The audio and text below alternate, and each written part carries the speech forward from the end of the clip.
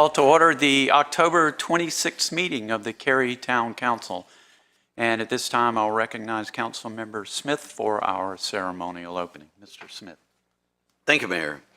Well, as we've watched the current events over the last couple of weeks, we realize just how important our military is. And coming up this November is Veterans Day, and we have a series of events going on that I'd like to share with you. First of all, for the entire week of November 6th through 12th, we have Operation Green Light, and that is where we encourage folks to have a green light on their porch so that you can recognize and honor the veterans of this country. So I know they sell them at all the hardware stores and retail stores, and so if you're looking around, you see the Arts Center, in green, and you see all these other houses. That's what it's all about, and feel free to join in yourselves. It's just a nice, soft, subtle way to remember. Along that lines, the town holds an annual Veterans Luncheon. It's at Prestonwood Country Club, and we honor all veterans. At that event, there is a patriotic program, there's a lunch, and there's entertainment. Reservations are required, and they can be achieved through the Cary Center, and I believe online. So just so you know that we do this every year for our veterans. At the same time, on Veterans Day, November 11th, from 11 to noon, we encourage folks that have the time to please come out and join us at the Veterans Freedom Park on Harrison Ave. We're going to have a special ceremony. We'll have a proclamation from the mayor. There'll be remarks. There'll be special guests. And we also have a field of flags that'll be placed at Veterans Freedom Park in honor of those who have bravely served in the armed forces. So we're going to be, there's a special shout out at that time for the Veterans Bridge Home and for Boy Scout Troop 200 for placing all of these flags. Again, it's a special time. I'm proud to have served. I'm proud to be a member of this council as a veteran, and I just hope that you will all take the time to remember all those. Probably one of your neighbors is a veteran, if not yourself. So now please join me in the Pledge of Allegiance. Thank you. I pledge allegiance to the flag of the United States of America and to the republic for which it stands, one nation, under God, indivisible, with liberty and justice for all. Thank you, Mr. Smith. First order of business is to adopt the agenda. Is there a motion to do so? So moved. Second. There's a motion, second. Discussion. All in favor, please say aye. Aye. Any opposed? Motion carries unanimously. We move to recognitions, reports, and presentations. I first want to recognize two council members from the great town of Morrisville, Liz Johnson and Satish Garamella. Please stand and be recognized. Thank you for being here.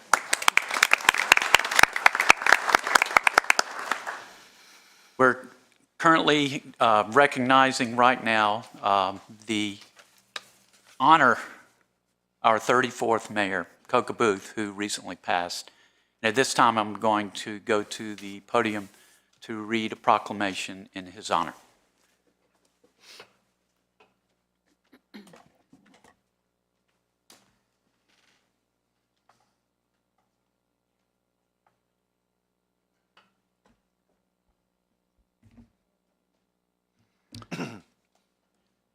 Remembering the great Mayor Coca Booth.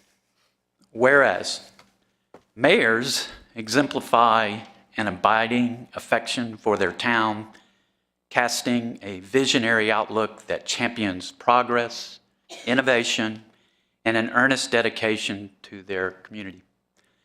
Mayors tirelessly dedicate themselves to its betterment, striving to create a community where citizens not only thrive, but also one that beckons visitors with an atmosphere rich in possibilities.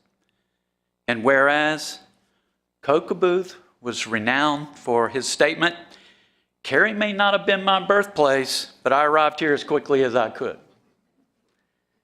And in August of 1971, Cary warmly embraced Kokobuth, his family, and their West Virginia roots as they embarked on a journey to our town driven by aspiration of a brighter future in a community with abundant opportunities for his children. And whereas Kokobuth was appointed to the council to fill an unexpired term in 1978 and dedicated over 2 decades of his life to the service of Cary's council. He spent 9 of those years as a council member, representing District D from 1978 to 1987. He served as mayor pro tem starting in 1985 and subsequently served as mayor for a remarkable 12-year tenure from 1987 to 1999. Coca's years in office were at the height of Cary's boom in the late 80s and 90s. And without the vision and the support of growth from Kokobuth, Cary could not have navigated through such a pivotal time, which allowed us to have the foundation of success that we all enjoy today. And whereas Kokobuth's love for Cary began well before his council tenure, evident through his active involvement in the community fabric, he played an integral role as a dedicated member of the Cary High School Band Boosters and contributed significantly to the prosperity of our town through his participation in the Chamber of Commerce. During his tenure as mayor, Kokobuth etched his name into our history through his noteworthy contributions. One of the most notable achievements was the establishment of Cary's modern water treatment plant, a vital cornerstone ensuring safe drinking water for our community while strengthening our partnership with adjacent municipalities. And whereas Mayor Booth's vision for Cary included making our community virtually appealing and more attractive place to call home through minimizing sign clutter, through the creation and implementation of the sign ordinance, he recognized the value of the community's history through the restoration and programming of the Page Walker Hotel and the installment of the Cary Train Depot, a downtown centerpiece that consistently ranks as one of the best in North Carolina. And whereas Mayor Booth passed on October 9th, 2023, after a life dedicated to his family, faith, and service to our community, his name will live on through the stories of Caryites who interacted with a local legend, as well as through the Kokobuth Amphitheater, named in honor and celebration of his love for music. His legacy will also endure within the annals of the town's history. Now, therefore, I, Harold Weinbrecht, Mayor of the town of Cary, North Carolina, on behalf of the entire Cary Town Council, previously proclaimed Friday, October 13th as a day of remembrance in honor of Mayor Booth, and instructed the town flag at Cary facilities to fly at half-staff for 12 days, which started on October 13th, one for each year he served as mayor. We extend our heartfelt condolences to the family and loved ones, and we will never forget Kokobuth and his dedication to the town of Cary, his love of Cary, and his visionary leadership. May Mayor Booth find eternal peace with the assurance that his enduring legacy will continue to reside in the hearts of all those fortunate enough to have known him. His profound impact during a pivotal juncture in Cary's growth journey, marked by his visionary outlook, not only shaped our town's trajectory, but also laid the sturdy foundation for the prosperity we cherish today, proclaimed on the 12th day of October, 2023.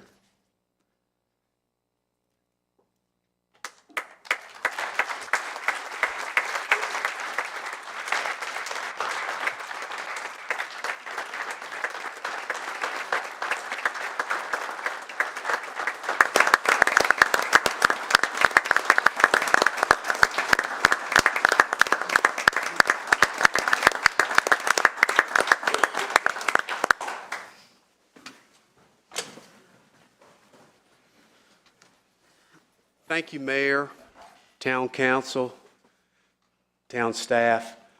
This means so much to me and our whole family and our friends that are like family. As you know, my dad loved Cary. He loved this job. He loved the police department, the fire department. Very proud of the town staff, always bragging. It was always we. We did this, we did that. One thing I want to leave you with, and our sincere thanks. One thing my dad wanted me to make sure y'all know, he's watching you. He's proud of this town, but he's watching you. So keep it up. Thank you.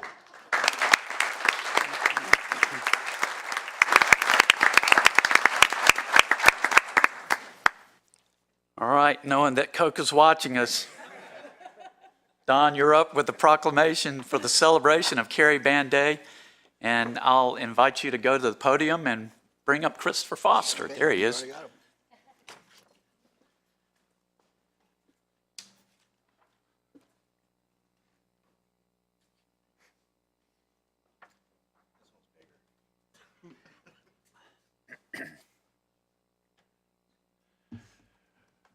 Well, I think as we all know, one of the things that makes Cary truly the special place that it is our traditions. And one of our longest standing and most celebrated traditions over the years has always been Cary Band Day.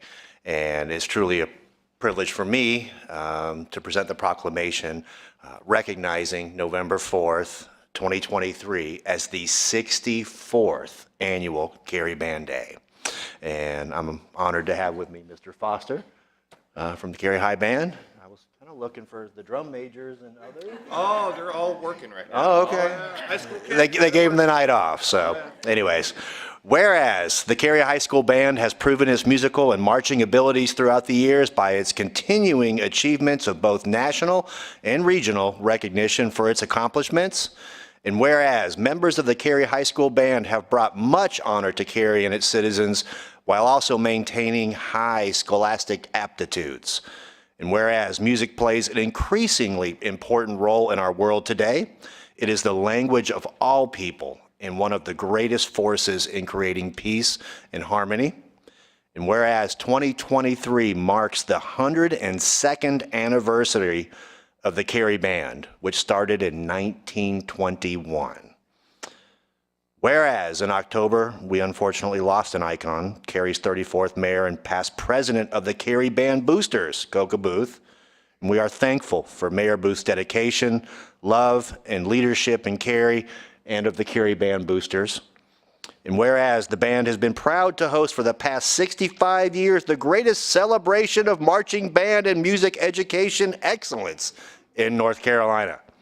Now, therefore, I, Don France, on behalf of Harold Weinbrecht Jr., Mayor of the town of Cary, and on behalf of the entire Cary Town Council, do hereby proclaim Saturday, November 4th, 2023 as the 64th Cary Band Day, and I urge all Cary citizens in the surrounding areas to join in honoring and supporting this long-standing Cary tradition. Proclaim this 26th day of October, 2023.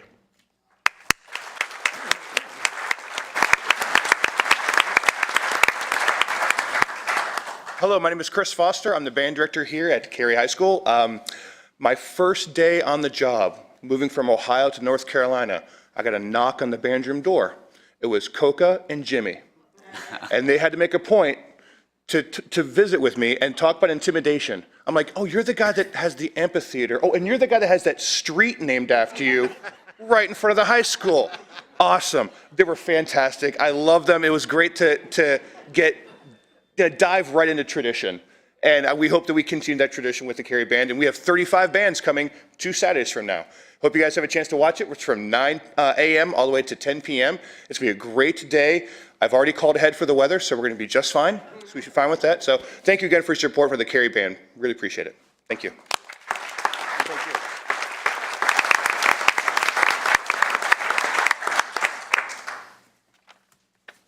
Awesome.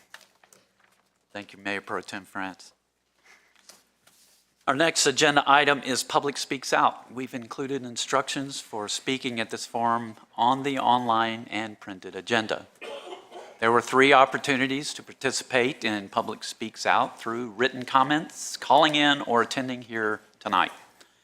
If you are here in person and would like to speak, I would ask you take a seat in the rows to my right that are reserved for you.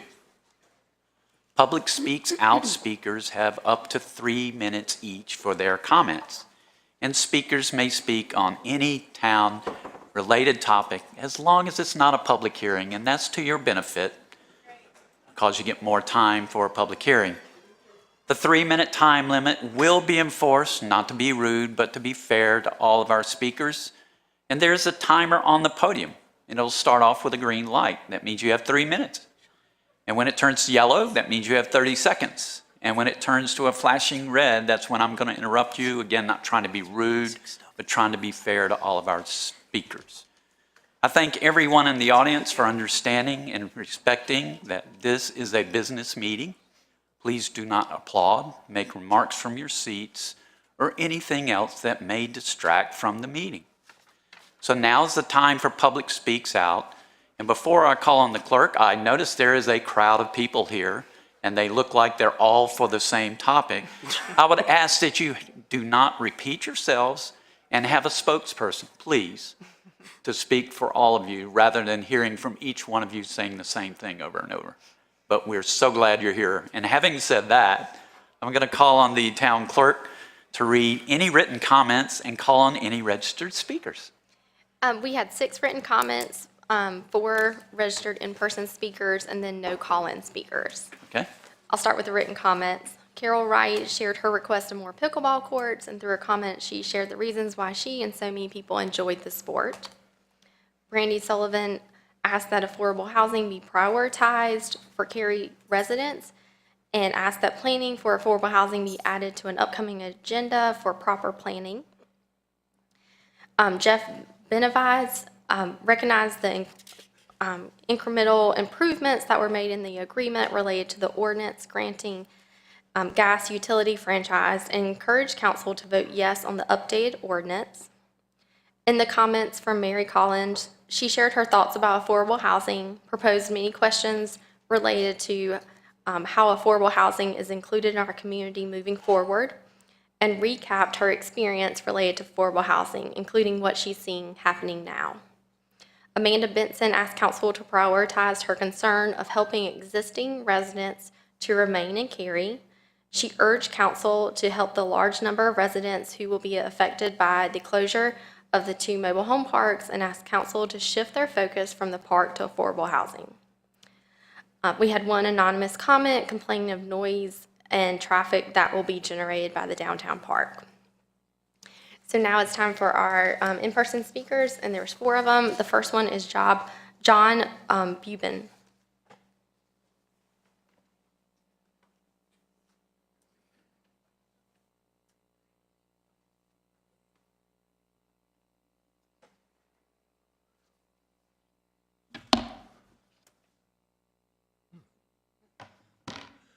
Good evening. My name is John Bubin. I live at 108 White Lake Court.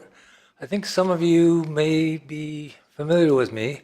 I've been on the Town of Cary Parks and Recs Cultural Resources Advisory Board for 8 years, from 2011 to 2019. And I think during that time, I've been come to known lovingly, I hope, as the pickleball bigot.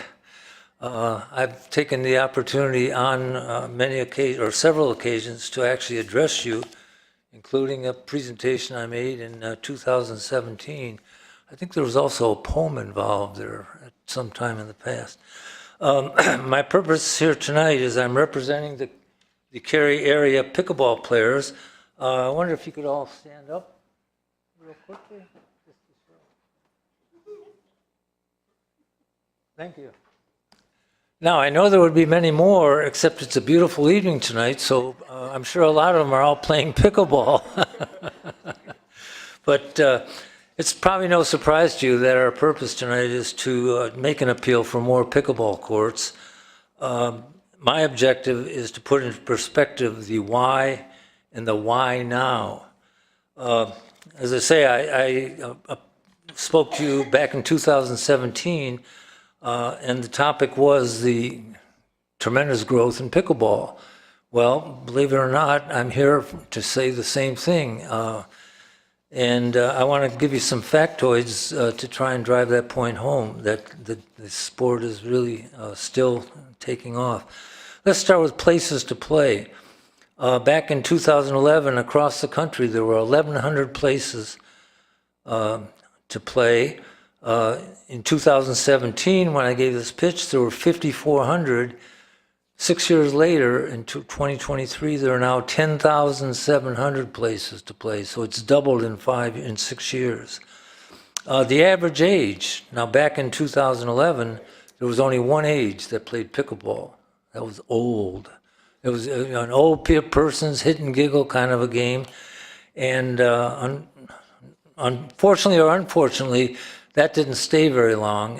The average age moved down to where back in 2017, it was in the mid-40s. Believe it or not, this year or last year, at the end of last year, the average pickleball playing age was 38.1 years. And it's going down. The kids have picked up the sport. They love it. Now, talking about players, back in 2011, the game actually was invented in 1965, but it just laid low until right around 2010. There were about 200,000 pickleball players back in 2011. By 2017, there were... Mr. Rubin, I am so sorry. Your time has expired. If you have anybody else that would like to finish your statement. Oh, my God. You sound like you have a lot to go.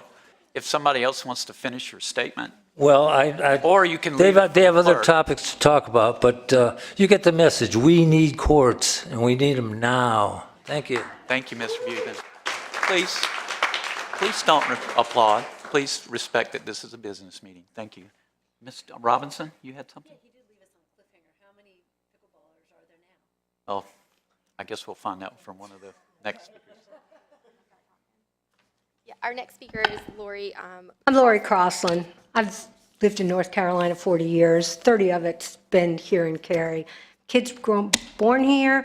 My parents had a business right on Kildare Farm Road for 25 years. And my children have decided that they're going to raise their children here too, so I'm very fortunate. But anyway, I've been through the Cary School of Government, and I've also served on some of the committees for the town of Cary. But I'm here just to let you know that it's not just an old man sport.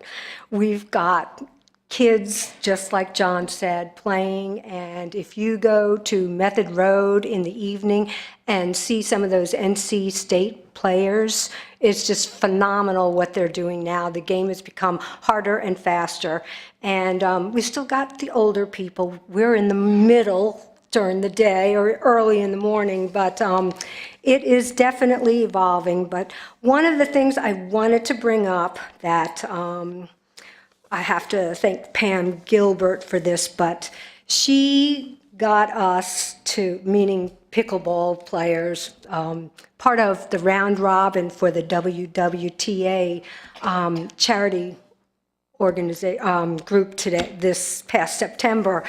And this is the first time that we've had tennis and pickleball. We only had the 4 courts, so we only had 8 teams, but still, it was real successful, and we had a good time, and we're hoping that in the future, once you get those new courts, that we'll be able to do more and more of things like that. And we did raise $13,500 for transitions, and then $3,000 for the student. They have a program for scholarships for the students there. So another thing I wanted to mention besides the cool thing of us playing with the tennis people was also the competition. In order to play on teams, for the last 2 years, have had to go to Bethesda, Durham, to play with their organized teams. They have people that work for the city that take the time out in the evening, and they organize these teams, and we play, I guess it's probably about a month and a half in the winter. They've got spring and they've got summer leagues too. But my point is that I have to pay for that, and I'd much rather have my money going to the town of Cary than to Durham. So I just want to mention that Cary is losing some revenue, and I know you guys know that, but we really would like to see something similar to what we've been doing with tennis all these years, and have the pickleball also, because it's here to stay. It is. So Thank you. anyway, thank you very much. Thank you. Bye. Our next speaker is Terry Hartley.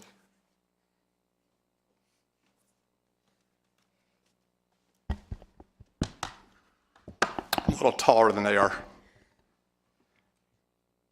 Good evening, my name is Terry Hartley, and I have lived in Cary for over a decade. Again, I'd like to thank the town council for allowing us to speak about pickleball this evening, and for the courts that have recently been added and are about to open. I found pickleball almost 6 years ago at a low point in my life. The business I was working for had just closed, and I was in a bit of flux. When I found pickleball, I found community, a sport that I have fallen in love with, and a whole new lease on life. I found my people.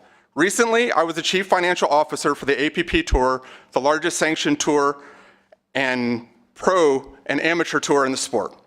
As previously mentioned, pickleball has exploded onto the scene, and a lot of that growth started during the pandemic, where people were looking for something to do outside with their friends and family.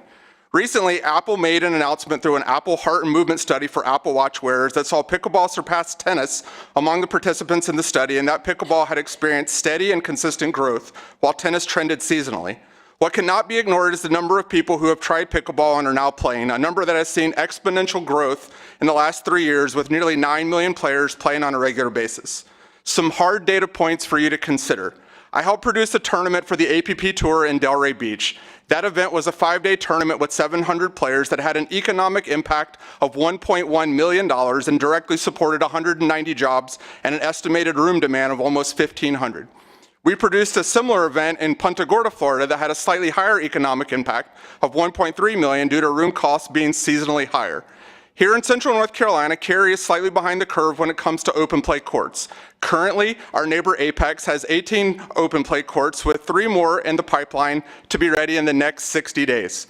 Cary sits at 14 open play courts. If we wanted to keep up with Apex on the court per capita basis, we would need 55 open play courts. To our east, Wilson, North Carolina just awarded a contract to a court contractor to build North Carolina's largest pickleball facility with 26 courts and 8 of them covered. Pictona in Holly Hill, Florida is a destination pickleball facility and has 49 courts, of which 13 are covered. Their 5-year estimated impact to their local economy is exceeding their originally planned $40 million, and they have a staff of 16 full-time and 30 part-time employees. I believe Cary, North Carolina could become the premier destination for pickleball in the Mid-Atlantic region, and I would ask the town council to consider collapsing the time frame for a proposed 20-plus court expansion at Cary Tennis Park in favor of our town leading the way in pickleball, like we have done with tennis, baseball, soccer, skateboarding, swimming, and now esports. Thank you again for your time and for your consideration this evening. Thank you. Ladies and gentlemen, please don't applaud. Please respect that this is a business meeting. Thank you. Our last registered speaker is Felicia Bohr. Thank you.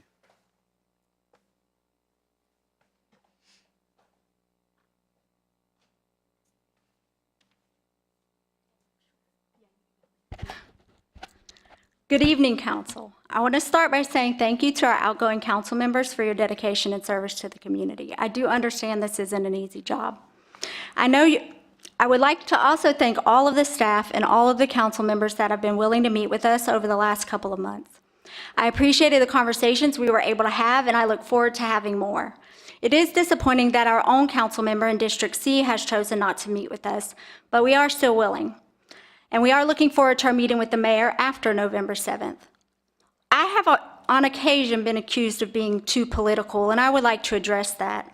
Yes, it is political. This is a government body, and as such, despite bipartisanship and working relationships amongst its members, it is political. I am not going to pretend that politics isn't political, because politics touches the lives of citizens of this town every single day.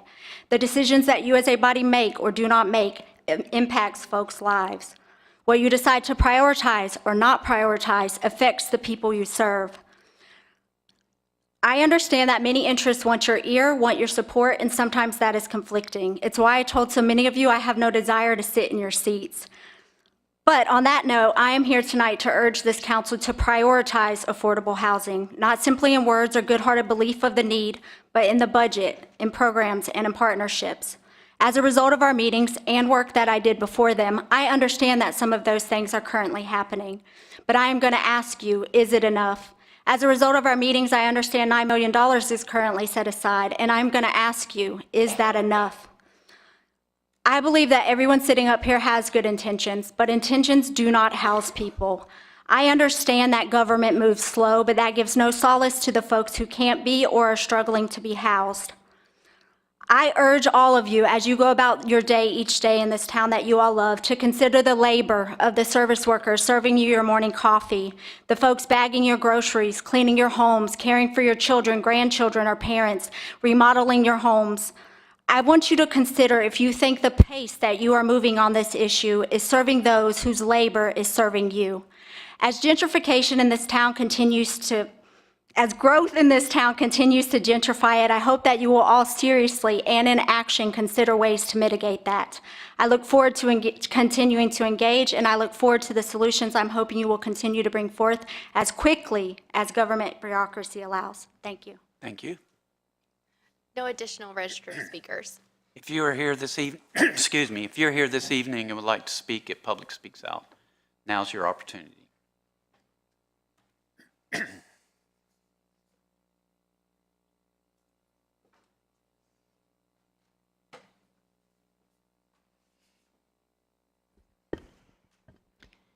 Good evening. I'm Renee Miller. I'm a resident of Cary. Every time I venture out of my neighborhood, I end up on Cary Parkway. About 3 years ago, the crepe myrtle trees there were cut down at the intersection of Cary Parkway and Kildare Farm Road. The ends of the medians along Cary Parkway were tilled.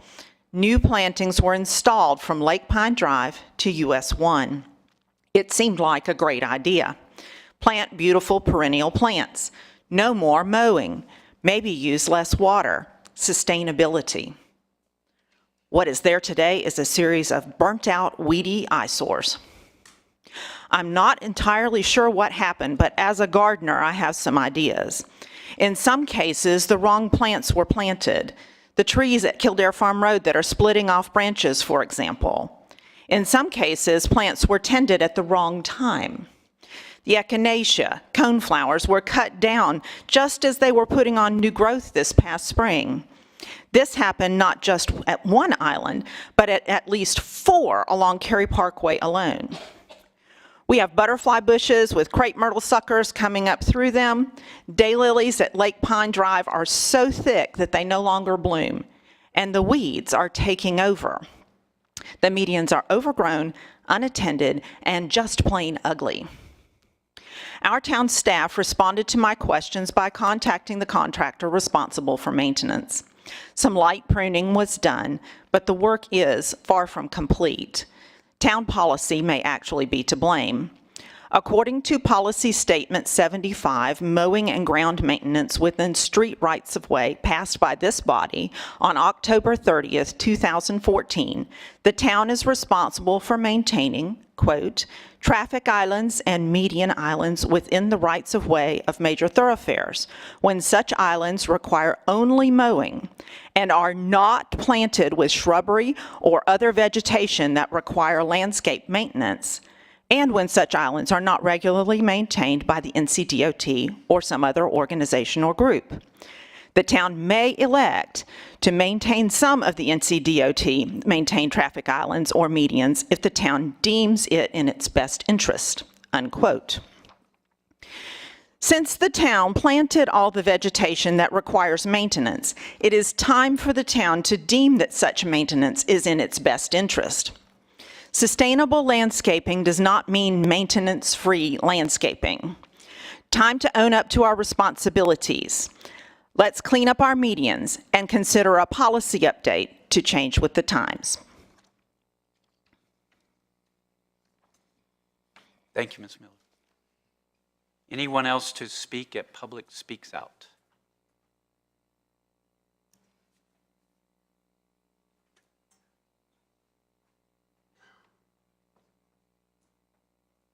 If we have others that would like to speak, I would ask that you queue up on the stairway right there so that we know we have more speakers. Please, go ahead. Okay, thank you.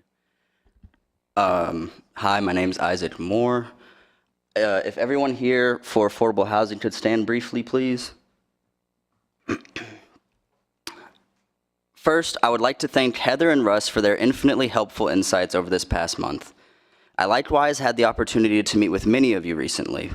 With the key exceptions of my district's representative, which I find regrettable and vaguely ironic, as well as the mayor, who has recently had a change of heart in meetings, so I look forward to talking with you in November. As to the rest of you, I can firmly attest that you are all perfectly great people. I found you each to be personable, friendly, and generally reasonable. That being said, do not get it twisted, that what I and others may have to say must thusly be tempered. You are still public servants. You are still the turning gears of this government apparatus. If you did not want the friction that may come with that, you very well could have chosen not to run for council. Your constituency are not just random voices in the ether luring you from one abstract cause to another. Like all governments, this town's constituency is its lifeblood, and the blue-collar service industry and other essential workers its beating heart. Your constituency is comprised of real people, many of which face the crisis of housing insecurity. And in the past few months, I've come to understand a great many things about the way this body functions from top to bottom, including the many limitations that prevent direct action on the issue of housing affordability and insecurity. I've read the housing plan. We've spoken to staff. I understand that the legislature is a roadblock. I understand that the government moves at less than the speed of a snail. I understand that every one of you up there has at least some desire to address the issue and has great intentions at heart. But good intentions mean little to those who face the crisis, whose lives are affected daily by a market predictably and inevitably out of control, and functionally no safety nets from their governments.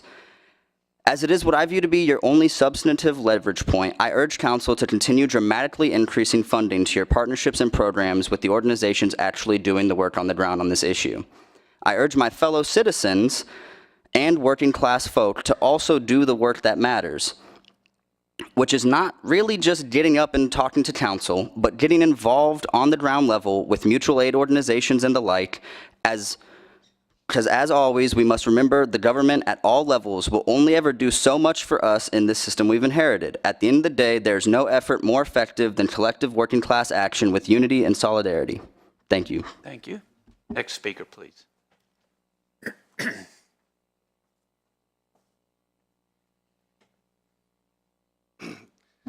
Good evening. I'm Rob Morrow. I noticed there's a group of scouts sitting up there, and I would bet you $1 that they're working on citizenship in the community merit badge, and they're all up there dying, hoping that there's a difference of opinion, because if they don't get one and they can't write that down, they can't complete the requirements. So this is my community service to the scouts.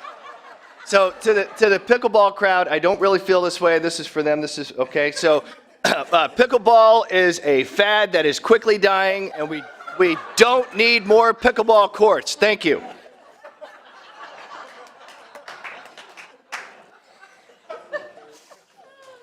Wow, I didn't see that one either. And welcome to the Scouts. I'm sorry I didn't see you earlier. Yep. Thank you for being here. Anyone else to speak at Public Speaks Out? I'll close Public Speaks Out. I do want to give an update to our pickleball advocates, just so everybody knows where we are. The number of courts today, 12 for Cary Tennis Park, 2 at Walnut, 3 at Ed Yerha Park, 3 at Carpenter, 1 to 4 at Middle Creek, sometimes Baum Park, Herb Young, Number of additional courts under active development, 6 at McCrimmon Parkway will open in December. Here's the big one that was spoke of earlier. There is a potential for 30 pickleball courts at the Cary Tennis Center. That depends on if we have a bond. And if I'm a betting man, I say there's a 95% chance we're going to have a bond next fall. And if we do, we need your help, because if that bond fails, the pickleball courts come later. So we could use your help with that. And there are also several other private communities. If you belong to a club, if they don't provide pickleball, ask them. I know my club provided pickleball and people ask, both indoors and outdoors. We very much appreciate you being here. Those that spoke of affordable housing, we very much appreciate you being here as well. And that's a very serious issue. It's a nationwide issue. It's a nationwide crisis. And we're working on it. And I know that's not satisfying to you, but please know we hear you. With that being said, I'll close Public Speaks Out and we'll move along to the consent agenda, which is item 4, if you're following along. And for the benefit of people watching our meeting on TV, I'm going to take a moment to review our consent agenda items. Please keep in mind that one vote approves all consent agenda items. Bid award for Howland Avenue Water Main Replacement Project. Fiscal year 2023 annual utility reimbursements. Recommended appointment of Information Services Advisory Board member. Adoption of ordinance granting gas utility franchise. Would council members like any of these items pull from the consent agenda for discussion? If not, I would entertain a motion to approve the consent agenda. So moved. Second. There's a motion and a second. Discussion? All in favor, please say aye. Aye. Any opposed? Motion carries unanimously. That takes us to public hearings. Same rules apply for public hearings as applied for Public Speaks Out, with one exception. Speakers now have 5 minutes each for their comments. Our only public hearing is 23 REZ09 SV Temple Parking. Principal Planning Aaron Puckett will introduce the item. Council will not take action on this item tonight. It will be referred to our planning board for their review and recommendation and returned to us at a future meeting. Ms. Puckett. Thank you, and good evening, Council. This is a request to rezone approximately 5.59 acres located at 9391 and 9405 Chapel Hill Road. The subject site is located along the southwest side of Chapel Hill Road, approximately 0.3 miles west of its intersection with Northwest Maynard Road. The parcels are owned by the Sri Venkateswara Temple, and the temple site is just northwest of this assemblage. The historic Nancy Jones House is located immediately to the east of the subject property. It previously was located on the subject property and was relocated in 2021. For additional context, the Sri Venkateswara site began developing in the early 2000s. The main temple was completed in 2012, and in 2019, Council approved a rezoning of the site in order to permit construction of a decorative monument as a gateway feature for the temple. In 2022, Council approved a rezoning to allow an additional assembly use and an increase in the square footage of buildings on the site, and a subsequent development plan for a religious hall was administratively approved by staff. That development plan includes road improvements along the temple site frontage, and once constructed, the site will replant the 30-foot wide streetscape per the approved plans. This is a view of Chapel Hill Road looking north with the site on the left. There are power lines along the site frontage. Per the LDO, utility lines are required to be installed underground, except in situations where such placement is prohibited or impractical. Detailed plans for utility installation will be reviewed as part of the development plan process. According to Cary's GIS, there are no stream buffers located on the subject site. Field determination of such features is required at time of development plan review. Chapel Hill Road is designated as a 6-lane median divided thoroughfare on Cary's future roadway widths map. Chapel Hill Road is also served by Go Triangle Route 310, a regional route between the Cary Depot and Research Triangle Park. Chapel Hill Road is also under study as a potential rapid bus corridor between these areas. The Parks, Recreation, and Cultural Resources Master Plan does not propose greenway corridors within or adjacent to the site. However, a street-side trail is proposed on Chapel Hill Road on the opposite side from this site. The site is currently zoned residential 40, R40, and the applicant proposes to rezone the site to office and institutional conditional use. The applicants have offered one condition to limit use of the assemblage to parking for uses on the adjacent property at 9455 Chapel Hill Road, the current Sri Venkateswara Temple site. Staff's preliminary analysis against the Cary Community Plan found the policies in the work, shape, and move chapters apply most directly. The work policy that discusses supporting a diverse workforce notes that both varied housing types and land uses can help meet this policy, and providing for diverse cultural and civic uses can help address this. The use of the parcels for parking areas in support of the adjacent assembly uses appears to be a reasonable use transition between the temple buildings and adjacent detached dwellings. We note that surface parking can have less than desirable visual impacts, although the LDO required buffers and landscaping will help soften this to some extent. However, regarding the move chapter, without a zoning condition committing to right-of-way dedication or road improvements, it cannot be guaranteed that these would be required, as the site could develop in a piecemeal fashion. Therefore, it is not clear that the policy tying transportation infrastructure to land use is met. The assemblage is designated as being within a traditional neighborhood on the Future Growth Framework map. Civic and institutional uses are supported as incidental uses in these areas. Staff facilitated a virtual neighborhood meeting for this request in September. 14 members of the public participated and noted concerns regarding traffic on Chapel Hill Road, site drainage, and impacts from noise and light. Since the neighborhood meeting, staff did receive several emails and 311 inquiries about the request. One email expressed concerns about light and sound on the site, concerns about traffic generation from the temple, as well as how the access points on Chapel Hill Road will function. Other communications included concerns with the existing parking situation on the site, which we note the current rezoning request could help to address. Staff mailed public hearing notification to property owners within 800 feet of the subject site, which exceeds the state's and Cary's LDO requirements. This concludes my presentation. Glenda Topp, the applicant's representative, is here, and following the public hearing, I'm available for your questions. Thank you, Ms. Puck. Thank you.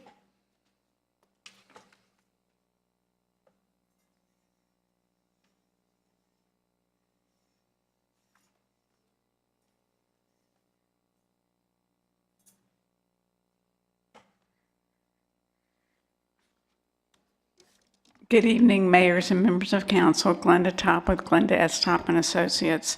As Aaron pointed out, the request is to rezone property from R40 to O&I conditional use for parking. There are two parcels that are involved, and the condition that we've provided guarantees that the parking is going to be served by the adjacent temple.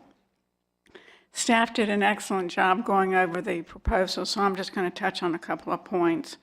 The parking will provide cars to park in designated parking spaces and not in areas where parking is not allowed. This should minimize traffic congestion at the entrance to the temple. Basically, the same number of cars will be coming to the temple. They will now have formal parking spaces to park in on the temple property. And there was a question at the neighborhood meeting if the parking lot would be paved, and it will be. I also want to point out from one of the comments that was called in that the convention center that was approved on the site was approved with parking with about 100 spaces. So this parking is in addition to the parking that's already been approved for the site. Also at the neighborhood meeting, there was a concern about drainage. Based on the existing topography, the site drains toward the railroad and would not have a negative impact on the existing residential development. There was concern about lighting. The parking lot will be lit. The temple does have the ability to turn off lighting when an event is not taking place. But again, the town does require that the parking lot be lit. As far as noise concerns, we did hear that there are noises coming from the church, and we spoke to the church about that so they could look into it. That concludes my presentation. Thank you. Thank you, Ms. Topp. Now's the time for the public hearing for 23 RZ09, and I'm going to call on the clerk to read any written comments and call on any registered speakers. We have 2 written comments, no call-ins nor registered speakers. The written comments is from Thomas Bringen, asked about the structure of the roads near the facility, length of sidewalk, and inclusion of plant life in the parking lot. Paul Sandell complained about the current parking and traffic issues as he lives in the neighborhood directly across from the temple. He included descriptions of the current situation, described it would only get worse over time if something is not done. Thank you. If you're in attendance tonight and would like to speak at this public hearing, now's your chance. Anyone to speak at this public hearing? Seeing no one, I'll close the public hearing, open it up to council members for questions or comments. Just a question for clarification. I heard that the parking lot's paved, parking lot's going to have lights. Is it also going to have like the little islands with trees planted in them and kind of like typical Cary paved surface parking lots? That's correct. So that would be an LDO requirement that they have those tree islands with Okay, trees. and will they be allowed to use the parking until the parking lot is paved and all those things are happening? No, so it does have to be up to those town standards. An approved development plan would have to be approved, and then it would have to be constructed to those standards, including trees, screening, all of the requirements. Cool. Any other questions? I have a couple. Did you have? No, I haven't. There was a mention about the width of Highway 54, of Chapel Hill Road, and you mentioned 6-lane median divided, but Councilmember France and I looked at each other and said, I thought we changed that. There is an ongoing study for that corridor. The current cross-section or the current future roadway widths map does still have it at 6 lanes. That could change in the future pending the results of that study. And part of their development requires it to be widened to that? Are we at that period of time? They they're would gonna widen it to typically be 6? required to widen it to their half of that 6-lane section. Even though we might change it? Well, so the reason why we did not do away with the 6 lanes, because we all had some consternation about that, is because there may be a BRT, a bus rapid transit going there, and we want to have a dedicated lane for it so that we don't have it commingling with traffic. Okay. So isn't that like one of the main reasons That's why part we've of the kind of kept it? consideration, yes. We So- may still need the width, even if it isn't all 4 cars. Got it. Okay, and you mentioned something about the sidewalk being on the other side of the street? The street side trail would be on the other side. Sidewalk is Oh, still there'll still required be a on the side. side. Okay, so you were yes. just saying that just the street side trail. And that will also be put in the new side, because there isn't a sidewalk there now. Correct. So this site would need to, the sidewalk would be part of the road improvements along this frontage. The Okay. street side trail is the opposite side. But it will end where their development ends, so it won't actually go all the way to the next intersection. It'll just be where, in front. Right, just along their frontage, there will be a gap. Okay, great, thanks. Any other questions or comments? This will go to the planning board, and they will make a recommendation in the future. Thank you. Ms. Thank you. Puckett. We now move to discussion items. Our first discussion item is My Tree, Our Tree Branching Out Federal Grant Award. And Assistant Town Manager Dana Widmar, there she is, will present this item to council, and we may take action. Ms. Widmar. I sat in a different location tonight. Okay, good evening, Mayor and Council.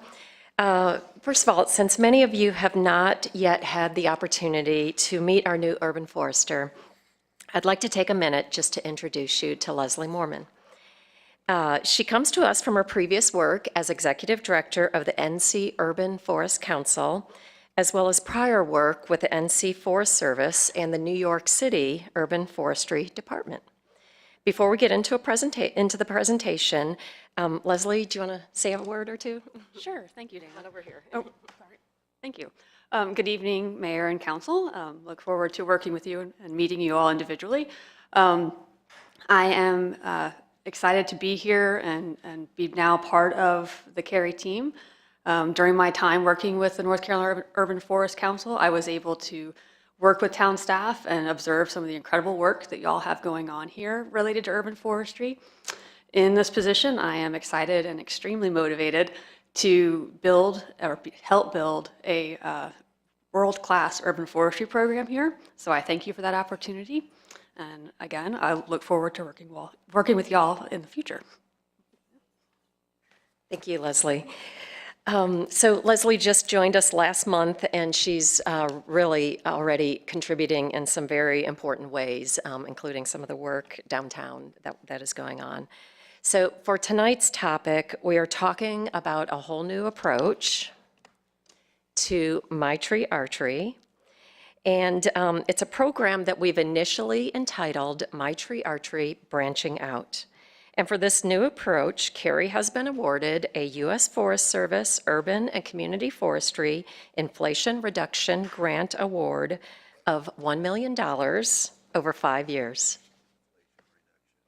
The My Tree Archery program was started in 2021 as an effort to engage citizens and help increase Cary's urban tree canopy. The events are held twice a year, fall and spring. As of our fall 2023 event, the My Tree Archery program has distributed approximately 3,700 trees to Cary citizens. Town staff and citizens alike look forward to these events each year. Staff has also developed programming around the events, educating citizens on proper tree planting, tree selection, and young tree care. In June 2023, staff applied for the U.S. Forest Service grant program with the intent to expand the existing My Tree Archery program into a comprehensive reforestation effort. We were notified at the end of September that we were awarded the grant. Cary is just one of 5 communities in North Carolina to receive this award. It is a 5-year grant with a 50-50 match requirement for a total project amount of $2 million. This year's matching amount is already addressed in currently budgeted funds, and future year grant matches will be included in each year's proposed operating budget. The Branching Out program will develop a prioritized tree planting program, increasing the number of trees being distributed and planted each year, targeting a goal of 10,000 trees. Priority areas will be based on recent urban tree canopy studies completed by both Cary and Wake County, which have identified areas losing urban tree canopy, having warmer surface temperatures, and having higher population vulnerability indexes. The program will include education for Cary citizens and the development of a volunteer workforce training program. Cary will work with 2 local nonprofit organizations to facilitate this program. Trees for the Triangle will work with Cary to train a group of citizens on basic tree care practices, ultimately developing a volunteer workforce for care and maintenance. Project Pando will work with Cary, utilizing staff and volunteers to grow native trees and shrubs from locally collected seed sources that are adapted to the local climate. Staff recommends that Council recognize the U.S. Forest Service grant award amount of $1 million, and Leslie and I are both available to answer any questions that you may have. Thank you, Ms. Whitmore. Questions from council? I don't have a question. Comments? I have a comment. First, I want to say great name. I really like it. So My Tree Archery, I would have to say, is probably one of my favorite programs that we do here in Cary. And I'm very excited to see that we're expanding it and that we're able to achieve a grant to help us do that. I think 10,000 trees is a great goal, and I really look forward to seeing us get there. The one part of this that I really want to call out is the education and training component of that. I think it's great to increase our tree canopy. I think everyone's, for the trees, let's plant more trees. But one of the things I think people fail to know is, like most things in life, there's a right way and a wrong way to plant a tree. And I think one of the things that Cary doesn't do a very good job of is helping to educate and inform the community on the right way to maintain and plant trees. And if anyone wants to know the wrong way, drive by the many shopping centers we have in Cary and see volcano mulching, which is terrible, it's bad, and we need to help educate the community on why that is not a good thing. I really like seeing that component in here, and I really look forward to those volunteers and the community coming together to help educate and advocate for the correct planning and maintenance. Thank you. Other thoughts, comments? I agree with everything Ryan just said. I just can't help but laugh out loud on the inflation reduction funds. I mean, I love the money, not gonna say no, it's great, we'll take it. Why can't they just call it like green program or something? It's like actually real. I mean, it's government. On that note, if anybody else doesn't have anything to say, I'll make a motion to Please. recognize the $1 million I wanted to grant. share one thing real quickly for anybody that's listening. I had a call with Manuel at Leaf and Limb Project Pando, right? And he got me very excited about Project Pando and the opportunity to have these micro-acclimated seeds grown and then planted here in Cary. And I went to Dana and I said, we need to do this thing. And she said, oh, we already are. We're on top of it. We already have a place and everything. So once again, it's just a really great illustration of how staff is so on top of things, ahead of the curve. And I wanted to say that into a microphone to acknowledge how remarkable, the project progress was before we even knew you were doing it. Ms. Johnson. I'm not going to repeat Brian or anything else, but just a special thank you. We're looked at as leaders in this area, and not just statewide, but nationally. And it's just good to see these programs continuing. Proud of you all. Thank you. Ms. Robinson. Okay. In appreciation of our staff and excitement of $1 million, I make a motion that we acknowledge the $1 million grant. Second. There's a motion and a second. I'll second that. Further discussion? All in favor, please say aye. Aye. Any opposed? Motion carries unanimously. Thank you again. Welcome, Leslie. Thank y'all. Our next two items will be presented together as they are separate items but related. Construction cost contribution and joint use agreement with Wake County Public Schools and USA Baseball National Training Complex Field 3 and number 4 conversion project bid award. Our first action before the presentation would be to remove these items from the table since they were tabled. There's a motion and a second. Discussion. All in favor, please say aye. Aye. Any opposed? Motion carries, and they are removed from the table.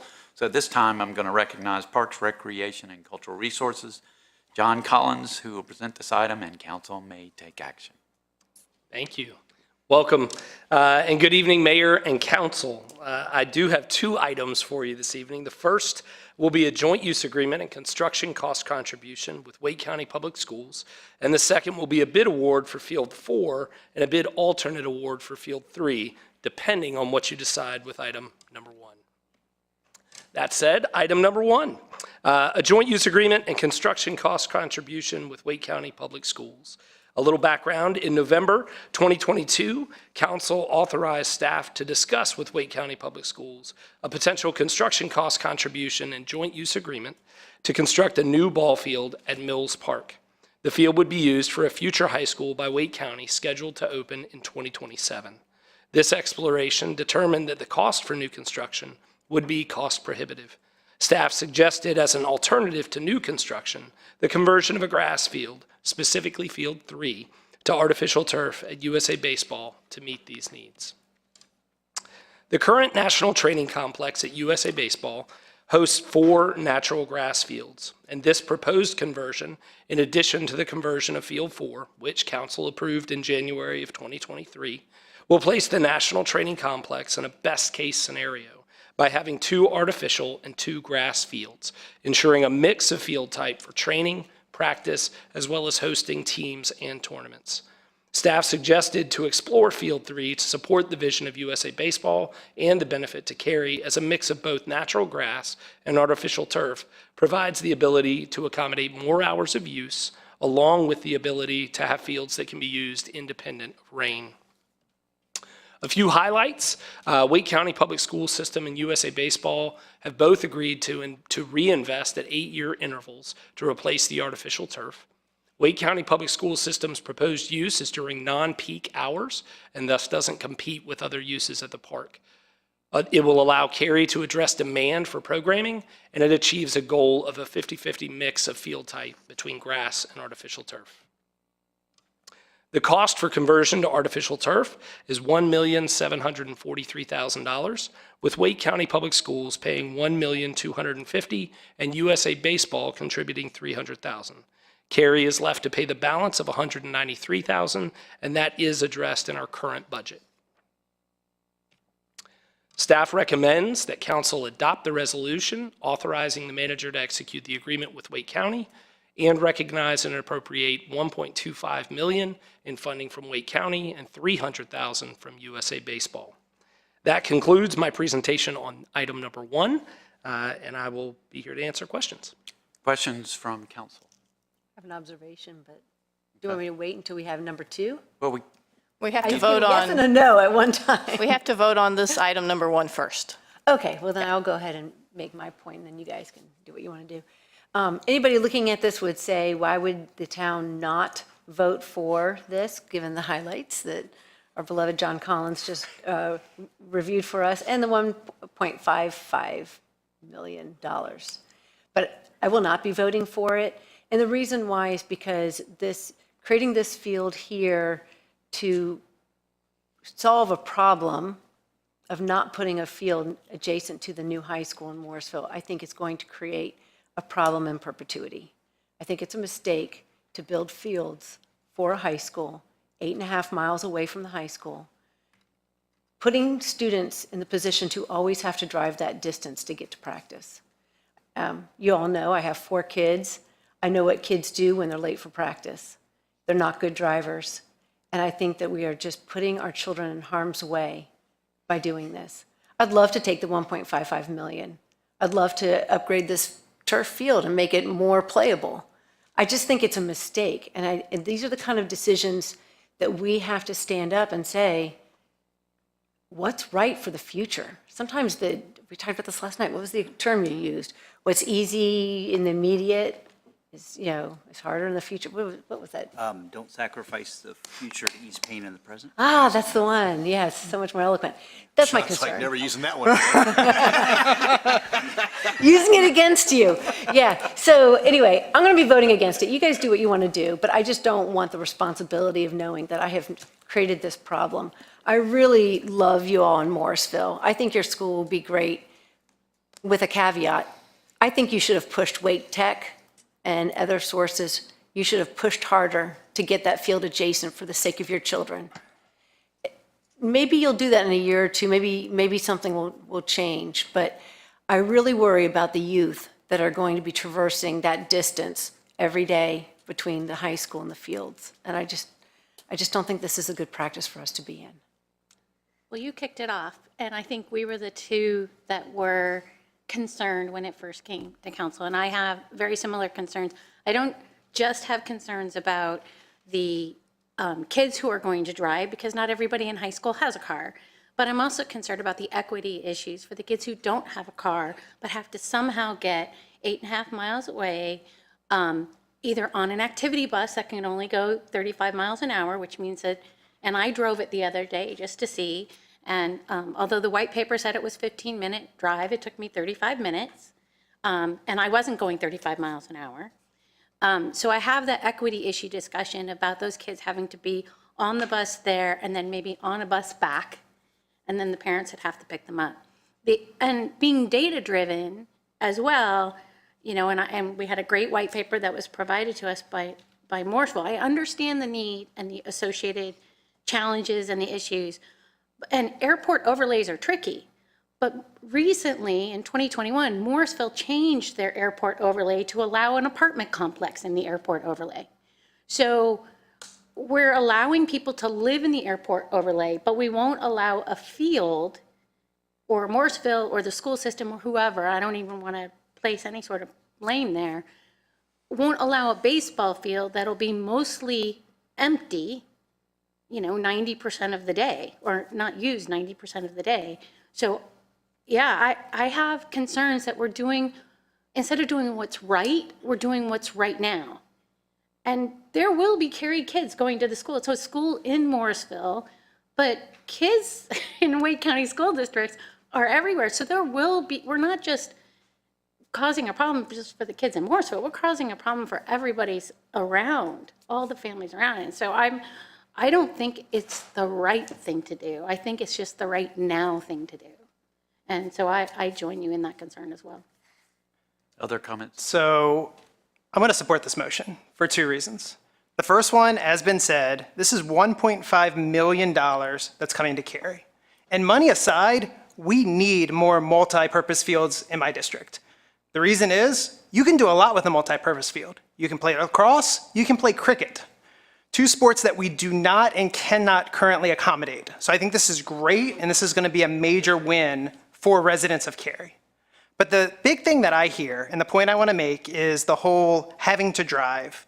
And I realize this is not an ideal situation, but as a lot of you know, I have two older kids that both graduated from Panther Creek. Both of them swam. They were on the swim team in Panther Creek. And you know what they had to do to go to practice? We had to drive to the Triangle Aquatic Center, because as you know, we have no public swimming facility in the town of Cary. Looking at the furthest west portions of my district, it's roughly a 35-minute drive without traffic to the Triangle Aquatic Center. So we have residents in Cary today that are making that twice the drive that we are now talking about to go to swim practice today. So we're not setting a precedent. We have this issue today, and this issue is larger than what it amounts to today. And for me, again, not ideal, but if we want to solve for the problem, there are other issues at play that we could solve for, and the whole equity, the whole distance issue. And I think maybe we should take a look at if this really is that big of a deal. To me, it's not. To me, we're solving a problem by compromising. It's a win-win for both Cary and Morrisville. And for that, I'm supporting it. I'm glad the Boy Scouts are here. Other comments? Questions? Motion? I'm just going to add, I agree with everything that's been said. I really do. I think Ms. Robinson, Ms. Bush, Mr. Eads, your comments all have merit. I'm disappointed. I think that there is a missed opportunity here where that field could go. I don't know. It's not my job. It's in Morrisville. I don't know it's our council's job to tell Morrisville what they should or shouldn't do in their community. That said, I do think they're making a mistake.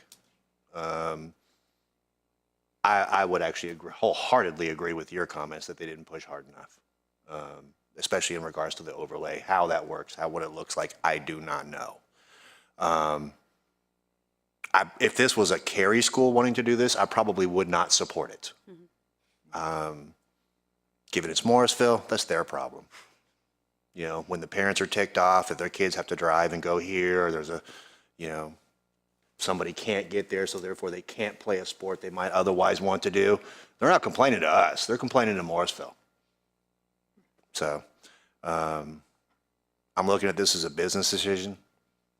Cary's going to get $1.5 million for field renovations that we otherwise wouldn't get. And so from that perspective, I'm going to support it. But it does not feel good. I think Morrisville's trying so hard just to get a school so they can tell their residents, we got you a school. They really are, I think if they went back and did some more work on this, they'd probably get something a lot better.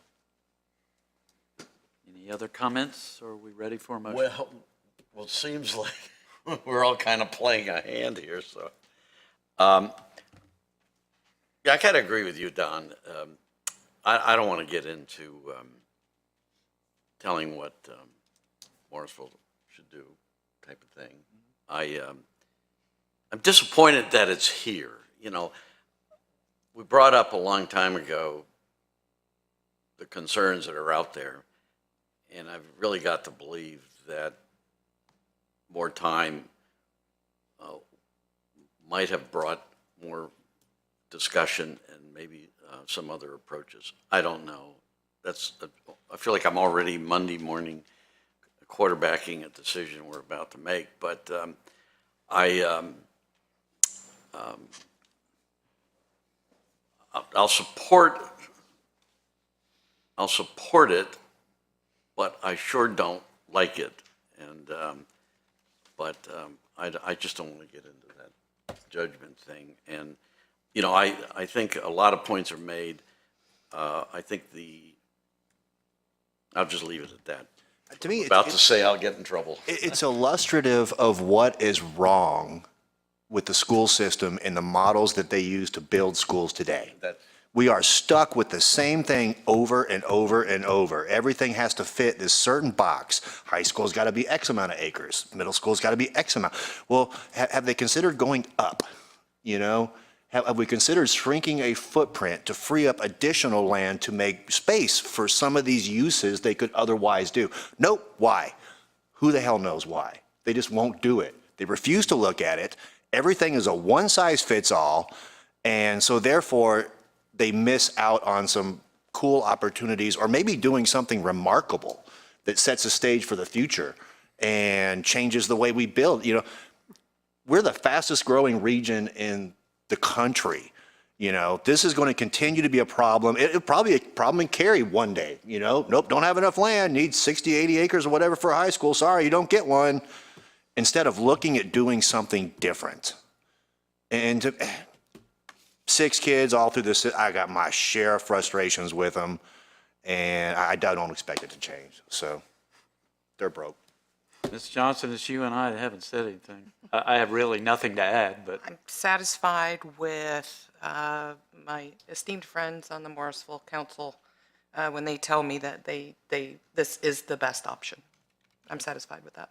so everybody's had to speak. Anybody willing to make a motion? Do you want me to make a motion? Because. How about you, Mr. Eads? I'll make a motion that we adopt the resolution authorizing the manager to execute the agreement with Wake County Public Schools, and that we recognize and appropriate $1.25 million in funding from Wake County Public Schools and $300,000 from USA Baseball. I'll second. There's a motion and a second. Further discussion. All in favor, please say aye. Aye. Aye. Those opposed, No. 5-2. Mr. Collins, you're up for item 2. Item number 2. Now that we've finished that, the bid award for USA Baseball Field Conversion Project. As I mentioned earlier, this was intentionally structured as a base bid and a bid alternate to allow us to follow council directions. Having just moments ago received direction on Field 3, we can now move to the bid award for field conversion. Please note that the bid is only for the construction, so the cost is actually lower than you just saw. That's not a mistake. Actual turf will be purchased separately and does not require council action. We received 3 bids and have determined that Precision Turf is the lowest responsible bidder for the project. And staff recommends that you award the base bid and bid alternate for conversion of fields 3 and 4 to Precision Turf for $1,205,772. Questions, comments, motion? Just a quick question. So we're converting 3 and 4 either way. 3 will be used by So school, in and January 4 will of be- '23, you guys approved the conversion of Field That's 4, right. which is a partnership with USA Baseball and William Peace University. Right. And then this one Oh, is the the William bid Peace one. alternate with forgot. Wake County Public Schools. I and forgot about USA the Baseball. William Peace one. Okay. No worries. And then I want to be clear, every 8 years, USA Baseball and Wake County Public Schools is going to fund updating the turf on Field 3. Correct. The useful life of a turf field is about 8 years at the use that we run. And so every 8 years, they will be helping to fund the replacement of that turf. We'll also have a portion of that. Who's paying for 4? For 4, William Peace, us, and USA Baseball. That was the one we did. No, the maintenance when it wears Oh, out. got Yep. it. Other questions or a motion? Make a motion that we award the base bid and bid alternate for the conversion of both fields to Precision Turf for $1,205,772. I'll second it. Motion and a second. Discussion? All in favor, please say aye. Aye. Any opposed? Motion carries unanimously. Thank you, Mr. Collins. Thank you. That concludes the business on the agenda. We do not have a closed session, so I declare this meeting adjourned. All right. Run, Jennifer, run. Thank you. I'm going. I love it.